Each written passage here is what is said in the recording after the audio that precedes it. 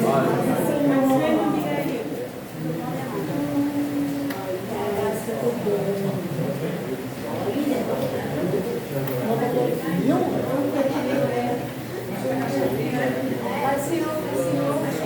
noite, a paz do Senhor a todos. Bem, eu estou muito feliz pelo dia de hoje, estava ansiando começar as nossas aulas. Me alegra a Deus por cada aluno que nós tínhamos e pelos novos alunos que estão aqui presentes. Deus abençoe a cada um e nós possamos seguir essa trajetória aí, caminhando juntos, aprendendo a palavra do Senhor. Amém? Nossa matéria desse mês é evidência cristã. Todos já pegaram o livro? Não. A Célia está entregando. Evidência cristã. Por que nós temos que aprender? Pode ficar. Deus abençoe. Por que nós precisamos aprender essa matéria, evidência cristã? O título já está dando uma dica, evidência. Nós precisamos ter certeza, ter convicção daquilo que nós falamos, daquilo que nós acreditamos. Nós precisamos nunca, em hipótese alguma, quando nós falarmos sobre o nosso Deus, quando nós falarmos sobre Jesus, a gente gaguejar em algum momento. Nunca podemos fazer isso. Nós precisamos ter convicção. Quando nós saímos para evangelizar, principalmente, eu já tive muitas dessas experiências, nós vamos nos deparar com pessoas que são desviados e que conhecem a palavra muito bem. Se brincar, às vezes, conhece mais do que aquele que está evangelizando eles.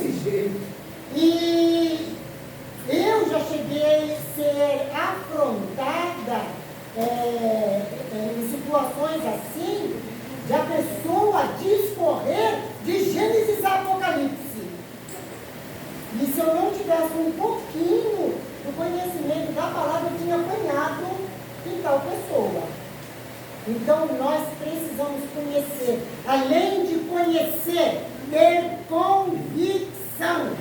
Ter convicção. No mundo muçulmano, a igreja livre, ela entra muito com evangelismo, com os missionários, dentro da janela 10/40 da igreja perseguida. E um desses missionários, ele teve uma experiência, era missionário, já estava no campo.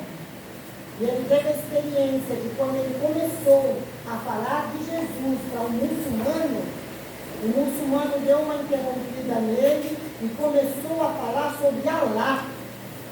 E falou com tanta convicção que o missionário ficou sem palavras.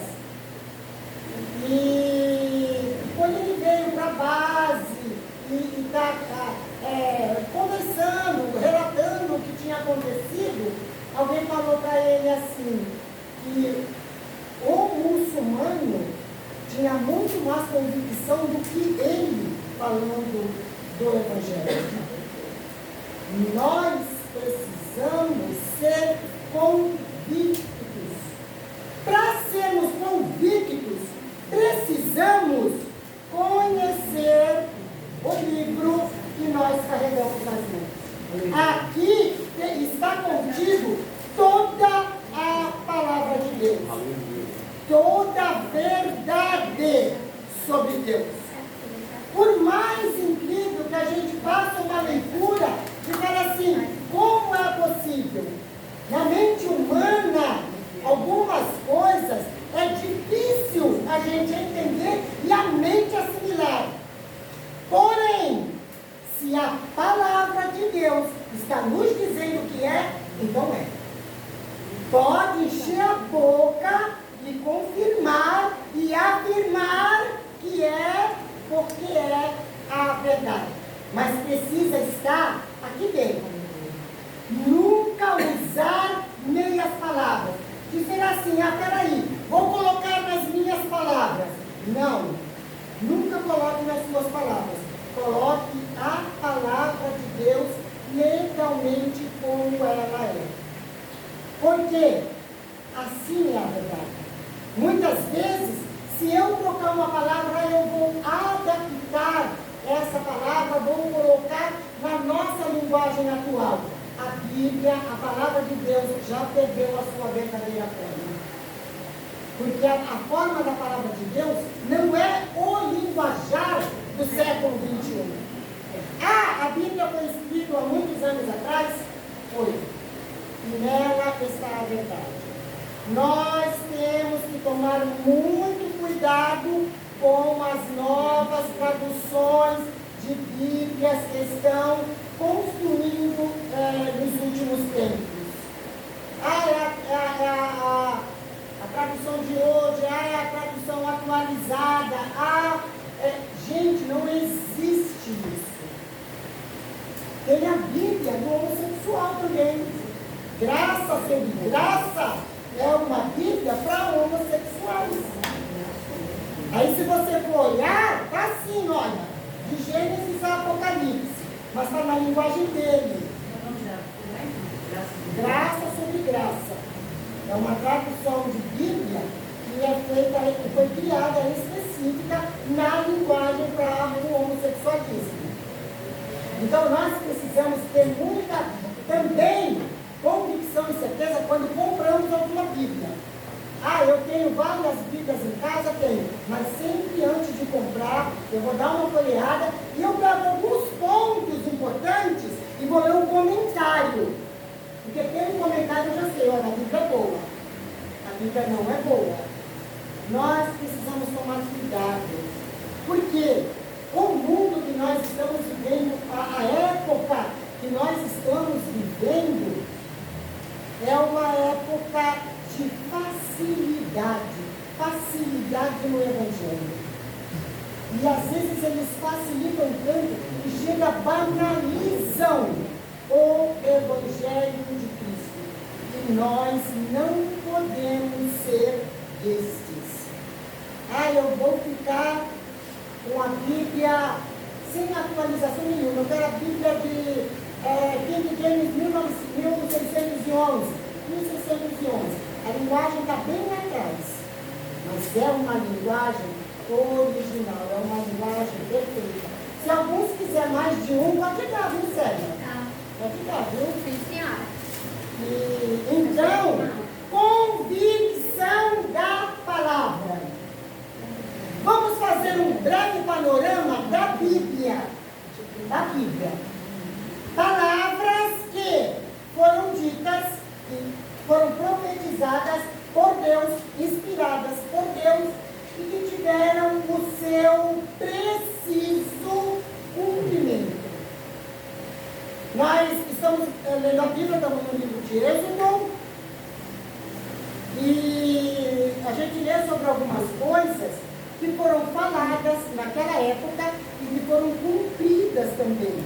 A Bíblia nos fala a promessa, o tempo e o cumprimento. Tem muitas promessas, não são promessas, são profecias. Tem muitas profecias que estão subscritas. A gente pega todos os profetas, tem inúmeras profecias. Algumas já foram cumpridas, outras se cumpriram no nosso tempo, para ninguém que hoje está de pé fala assim, olha, eu não vi a palavra de Deus cumprir. Profecias que foram faladas 600 anos antes de Cristo e se cumpriu agora. Nós estamos no século XXI, se cumpriu agora no século XX. Ezequiel 37 é um deles. Quem pode me falar sobre Ezequiel 37? Vale de Ossos Secos. Vale de Ossos Secos. É quando Israel se tornou uma nação, né? Muito bem. Vale de Ossos Secos? Eu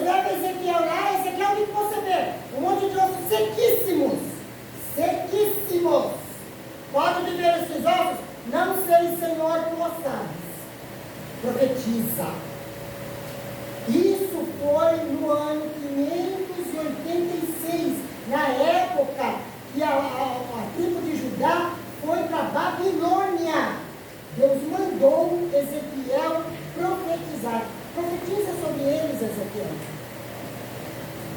Ezequiel profetizou. Qual foi uma das primeiras coisas? Ele começou a ouvir um ruído de ossos. Osso se juntando a osso. O barulho era muito grande, porque aquele vale estava chapado de ossos. Aí, Deus manda ele continuar profetizando. E ele vai falando, eu vejo criar carne, eu vejo criar nervos, tendões, pele. E agora está diante de mim um exército numeroso, mas não tem o Espírito. Podem abrir a Bíblia no livro de Ezequiel, capítulo 47, que vocês vão ver a informação de que esse Espírito de que Ezequiel está falando, ele está com letra minúscula. Se ele está com letra minúscula, ele está indicando o quê?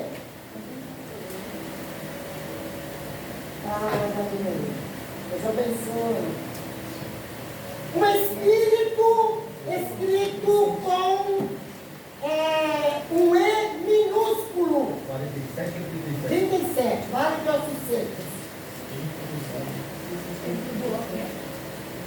O que quer dizer um espírito com E minúsculo? Espírito humano.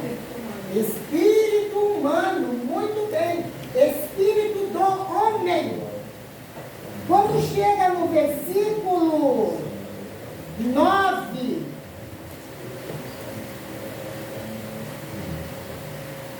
a palavra diz assim: então ele me disse, profetiza ao Espírito, E minúsculo. Profetiza ao Espírito e assopra sobre esses mortos, para que vivam.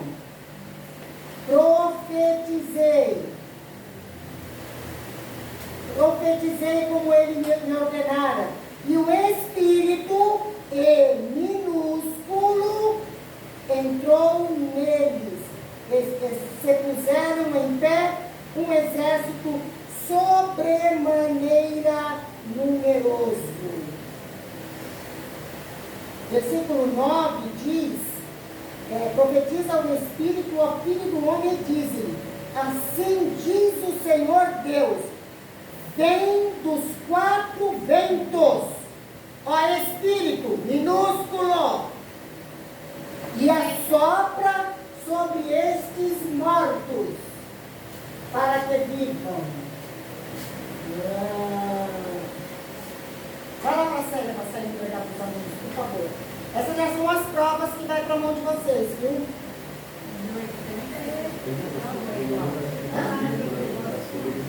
É igual mudou. Eles só mudaram a capa. Só atualizaram a capa. A matéria é a mesma.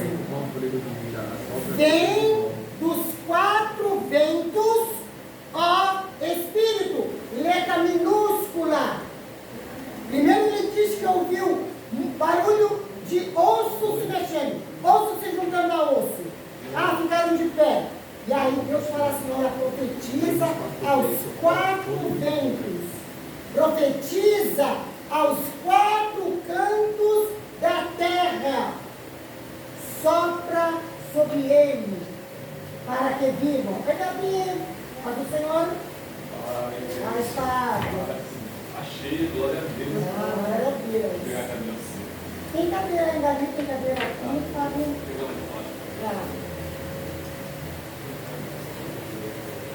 O que Deus está fazendo aqui é que um grande exército ficou de pé de ossos muito secos. E ele manda Ezequiel profetizar nos 4 cantos da terra. Tem músicas que usa essa passagem trazendo que é o Espírito de Deus que sopra nos 4 cantos, não é. A ordem, podem olhar na Bíblia de vocês, é para dos 4 cantos vir um Espírito. não é espírito humano. Quando essa profecia teve seu cumprimento? 1948. Quando Israel se tornou nação. No ano 586 essa profecia foi profetizada. 586 antes de Cristo. Nós estamos em 2000. Vamos colocar 2020. Vamos voltar um pouco atrás. Depois de Cristo. A profecia teve seu cumprimento exatamente dia 14 de maio de 1948. 14 de maio de 1948. Na nossa era, século 20. Nesse dia, às 4 horas da tarde, Ben-Gurion subiu as escadarias do Museu em Tel Aviv e leu diante de 200 pessoas o Estatuto do novo Estado de Israel. Como é o nome dele? Estava se cumprindo Ezequiel 37. Por quê? Porque naquela época... Oi, Paloma! Ai, tudo bom? Está chovendo já? Olha. Professora, como que é o nome dele? Como que é o nome dele? Ben-Gurion. B-E-N. Ben-Gurion, como a gente fala. Ben-Gurion leu diante de 200 pessoas o Estatuto do novo Estado de Israel. Osso se mexendo a osso. Na ocasião, foi durante a Segunda Guerra Mundial, houve uma grande perseguição de judeus. Muitos foram mortos nos países aonde viviam, muitos foram mortos. O gemido que o mundo ouviu foi grande. Ah, ela já está na camiseta. Paloma, passou à minha frente.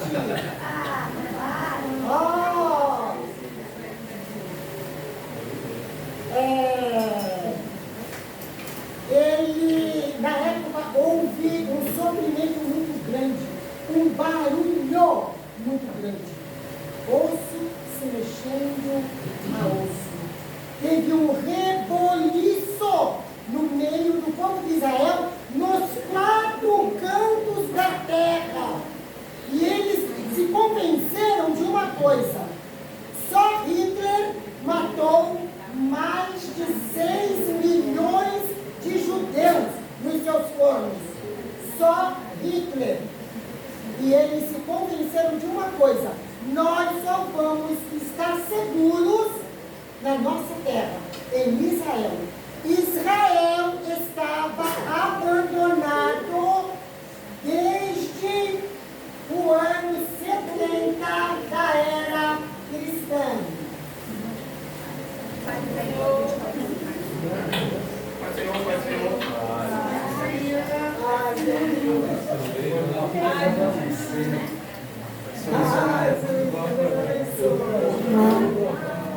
que vai faltar cadeira aí? Semana tem 2 cadeiras ali no canto, ó, gente.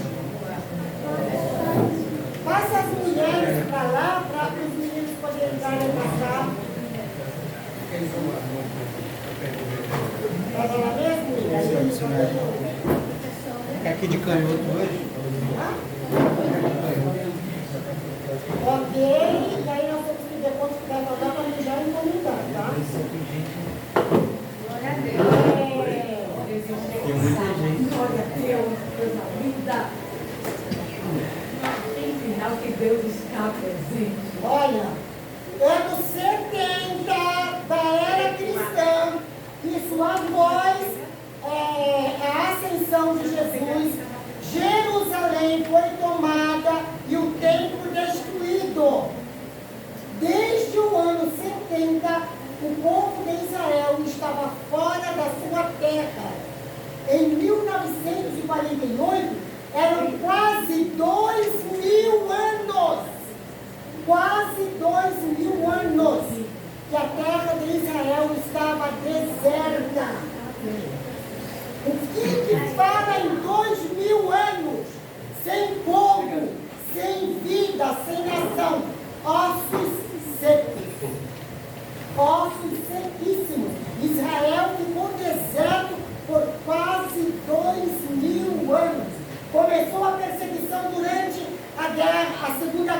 mundial.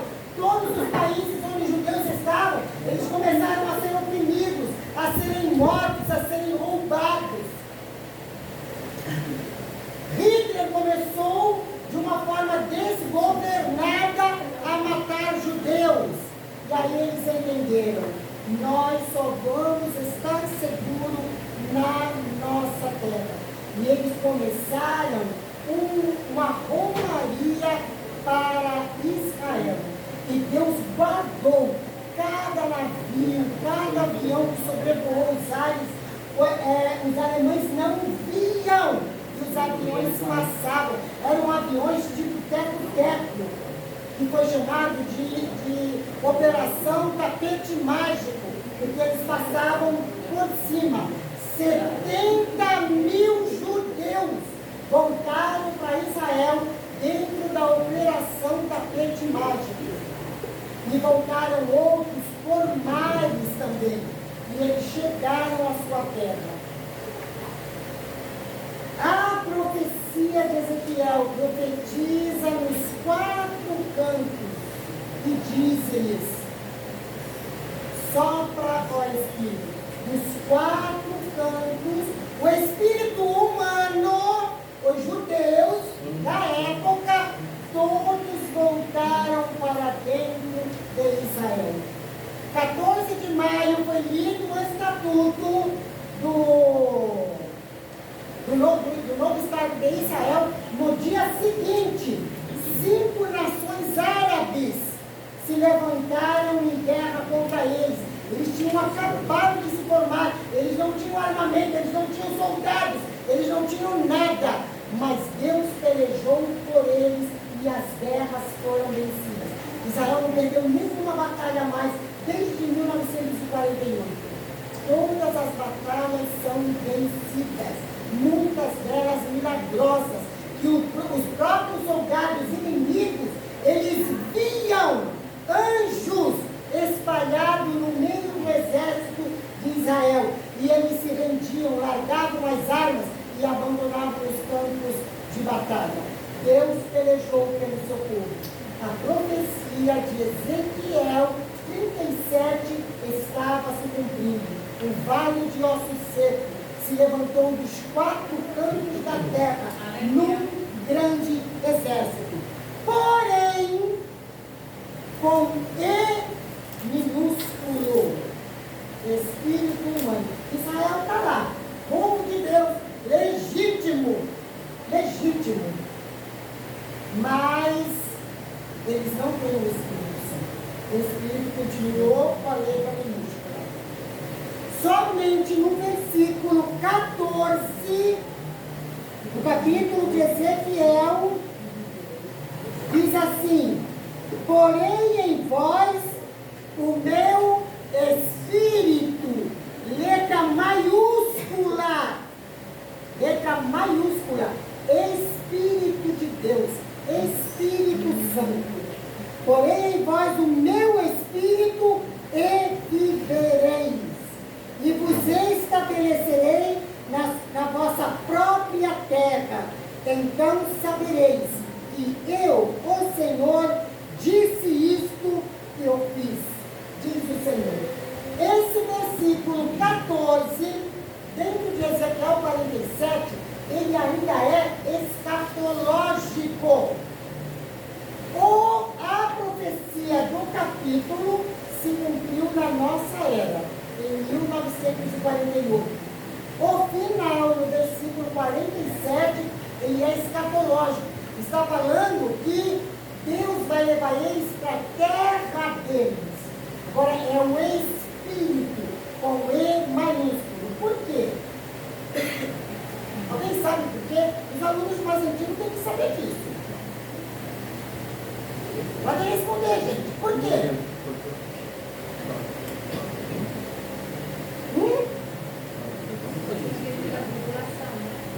Oi? Período da tribulação? Qual a pergunta? Repete a resposta que ela quer. De novo. No versículo 14, está falando que o Espírito de Deus, eu vos levarei para a vossa terra, e sabereis que eu sou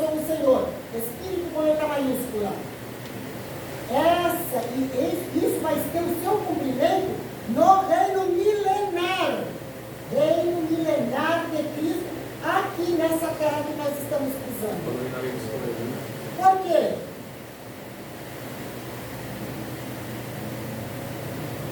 Porque hoje, querido, Na graça. hã? Estamos na graça.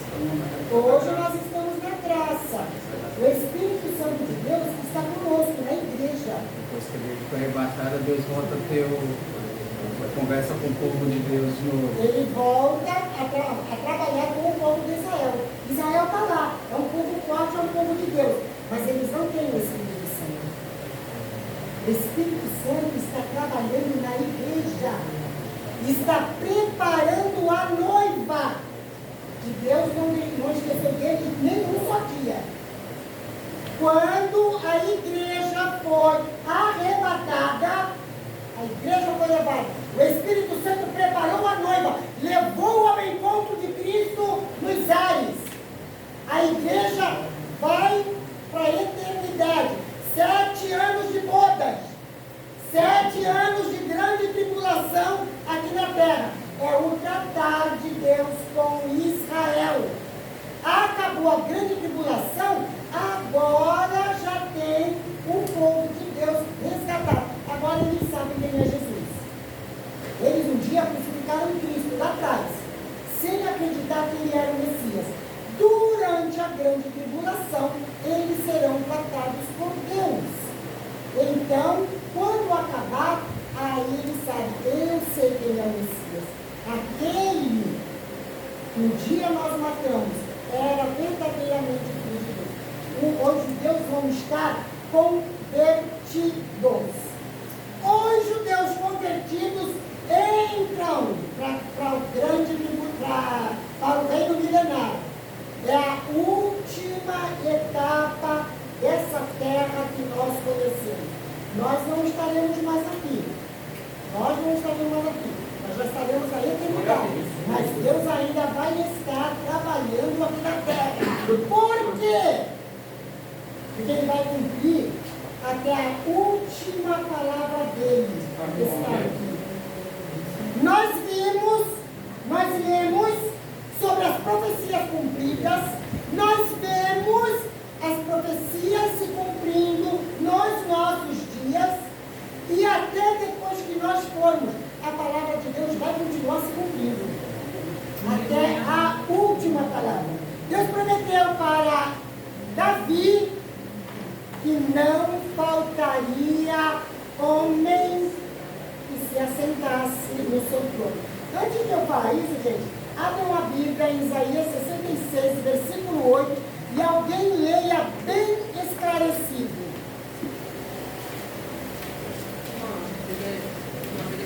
Isaías 66, versículo 8. Atrapalharia se você não atrapalharia. Se eu colocar a cadeira ali, vai atrapalhar? Se eu colocar a cadeira ali, vai atrapalhar? Não, a gravação não. Pode Então ler? você quer sentar nele? Pode sentar. Pode ler, irmão? Pode ler. Quem jamais ouviu tal coisa? Quem viu coisas semelhantes? Poder-se-ia fazer nascer uma terra em um só dia? Nasceria uma nação de uma só vez? Mas Sião esteve de parto e já deu à luz a seus filhos. Olha. Quem prestou atenção no versículo? O que Deus está dizendo? Hã? Que uma nação seria feita em um só dia. Só dia que usa a proteção. Pode uma nação nascer em um só dia? Todo mundo sabe que isso é impossível. Pode, traz essa cadeira cá para o canto, pode sentar. Mas em Sião esteve no quarto e já deu a luz.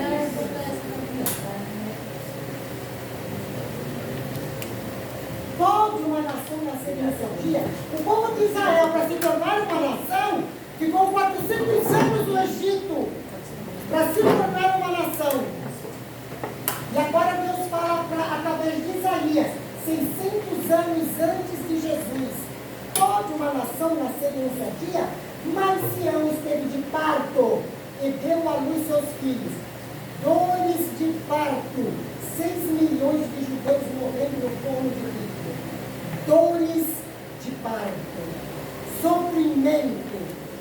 E aí uma nação nasceu em um só dia, com dia e hora marcada, assim como se nasce uma criança. Palavra de Isaías, 600 anos antes de Cristo, cumprido agora, em 1948. A veracidade da palavra de Deus. Nós precisamos ler a palavra e entender. Muitas delas teve já o seu cumprimento. E nós temos que acreditar, que crer naquilo que já foi cumprido. Ah, eu não vi acontecer, mas eu acredito. E outras está acontecendo agora, no nosso tempo. E nós temos que ter os olhos abertos para entender e ver a palavra de Deus cumprida. Veracidade, convicção. Nós temos que ter convicção. Um Deus que cumpriu a sua palavra no passado, que está cumprindo hoje, Ele vai continuar cumprindo até o último dia de vida nessa terra. Glória. Até o último dia de vida. Toda essa palavra de Deus vai se cumprir. Ele prometeu para Davi, olha, quando Davi se assentou no trono, Davi não vai faltar homem da tua descendência que se assente no trono. Porém, em 586, quando a tribo de Judá foi levada cativo para a Babilônia, o último rei foi Jeoaquim. Ele foi levado cativo junto com Ezequiel para a Babilônia. E de lá para cá, Israel não teve mais rei. Viveu debaixo do Império Babilônico, do Império Medo-Persa, do Império Grego, do Império Romano. Ele foi disperso durante o Império Romano, no ano 70 da era cristã. 2000 anos eles ficaram espalhados pelo mundo. Eles se juntaram em 1948 e eles não têm um rei até hoje. Eles têm um primeiro-ministro que cuida de toda a nação, que hoje é Benjamin Netanyahu. E a palavra de Deus? E a profecia que Deus falou a Davi? Alguém pode me responder? Vai ser Jesus Cristo, vai ser Cristo. Vai ser não, Jesus. Vai se cumprir.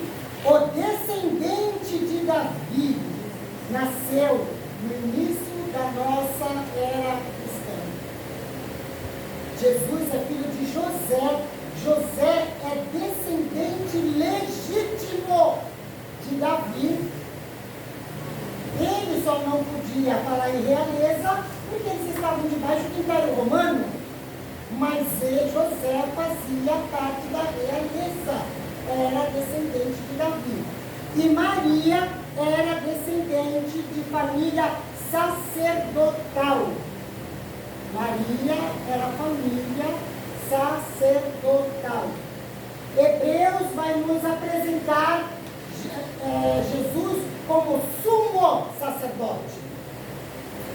Mas a mãe dele era de família sacerdotal, ele então é legítimo o direito ao sacerdócio.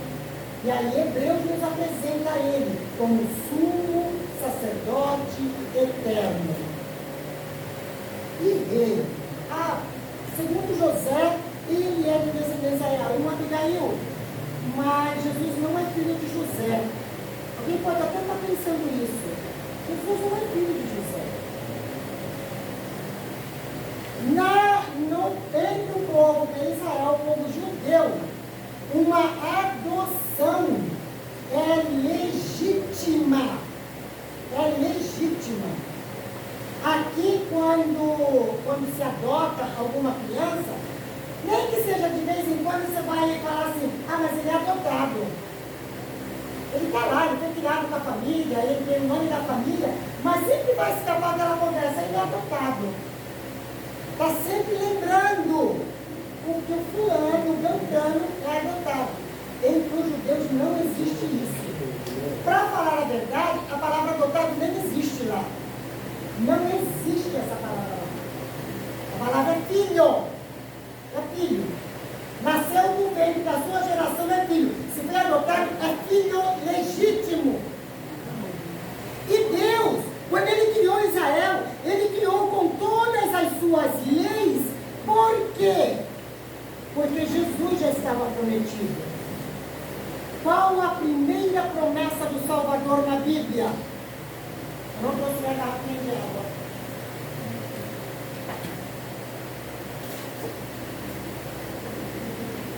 Primeira promessa do Salvador.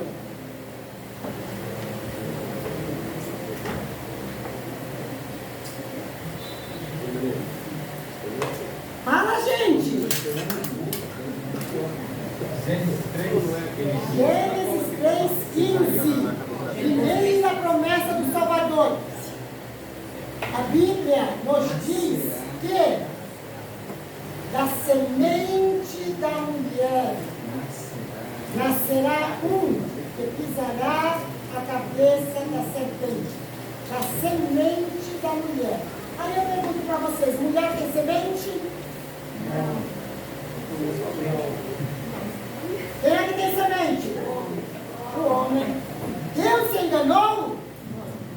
Não. Ele só estava dizendo assim, para vocês é impossível a semente da mulher. Mas é a mulher que vai gerar uma semente do Espírito Santo de Deus. O homem, a semente do homem, não vai ter participação naquele que a mulher vai gerar.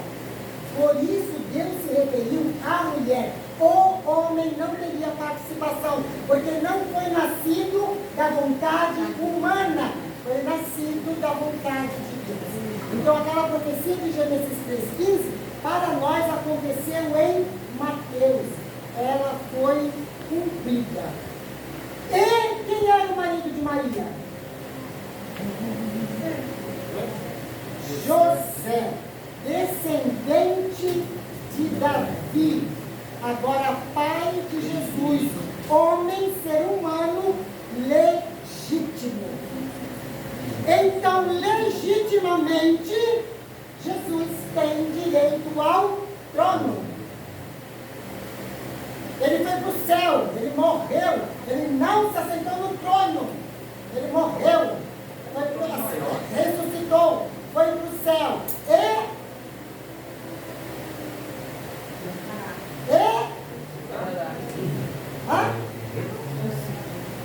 Gente, responde direito. E voltará?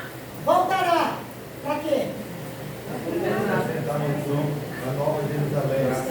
Sentar no trono. Aonde? Na Nova Jerusalém. Quando? Onde ele foi negado. Quando? No reino milenário. No final da grande tribulação, ele vem defender seu povo, vence a batalha. Acontece um grande julgamento, Apocalipse 20, que é para saber as nações que vão entrar com Israel no reino milenário. Lá em Jerusalém, Jesus vai pisar aquela terra como homem novamente. E ele vai reinar em Jerusalém sobre o seu povo e sobre algumas nações que terão o direito de entrar no reino milenário, no reino de paz. O diabo vai estar preso. Não vai ter lágrimas, não vai ter tristeza, não vai ter choro, não vai ter dor.